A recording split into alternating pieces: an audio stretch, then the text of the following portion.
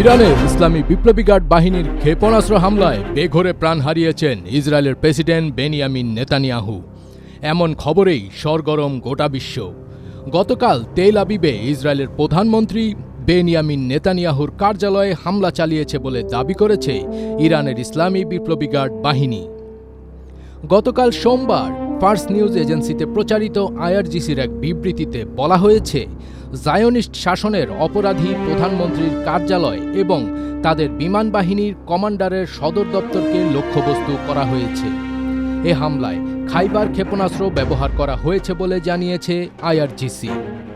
Israeli প্রধানমন্ত্রীর কার্যালয়ে হামলার খবর মিললেও সে সময় নেতানিয়াহু কোথায় ছিলেন তা এখনও নিশ্চিতভাবে জানা যায়নি। ইসরায়েলি প্রশাসনের পক্ষ থেকেও এ বিষয়ে এখনও পর্যন্ত কোনো মন্তব্য করা হয়নি।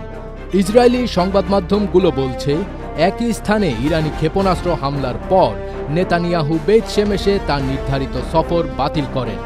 এদিকে প্রায় 28 ঘণ্টা যাবৎ অনলাইনে দেখা যাচ্ছে না নেতানিয়াহুকে, যার ফলে আরও রহস্য দানা বেঁধেছে।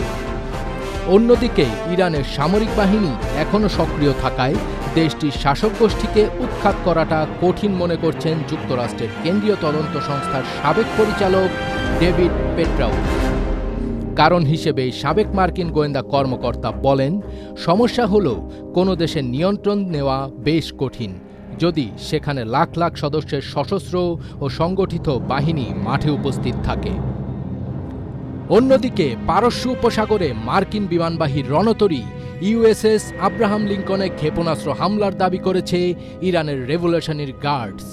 তবে একজন মার্কিন কর্মকর্তা আল জাজিরাকে জানিয়েছেন, ইরানের ক্ষেপণাস্ত্র হামলা আব্রাহাম লিঙ্কনকে আঘাত করেনি এবং রণতরীটি স্বাভাবিক কার্যক্রম চালিয়ে যাচ্ছে। যদিও এর পক্ষে কোনো প্রমাণ দেখাতে পারেননি তিনি। টানা 3 দিন ধরে যুদ্ধের আগুনে দাউ দাউ করে পুড়ছে মধ্যপ্রাচ্য। খামেনি হত্যার প্রতিশোধ নিতে ইসরায়েল সহ মধ্যপ্রাচ্যে থাকা মার্কিন ঘাঁটিগুলো নিশানা করেছে Iran. Qatar, Bahrain, Jordan, Oman, Kuwait, Saudi আরব এবং সংযুক্ত আরব আমিরাতের একাধিক বিমানবন্দর, আবাসিক ভবন এবং হোটেল ক্ষতিগ্রস্ত হওয়ার খবর পাওয়া গেছে। হতাহত হয়েছেন বেশ কয়েকজন মার্কিন সেনাও।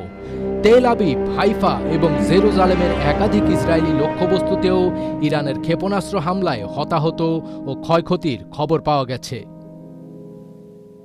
ফজবির তাজ, এটিএন বাংলা।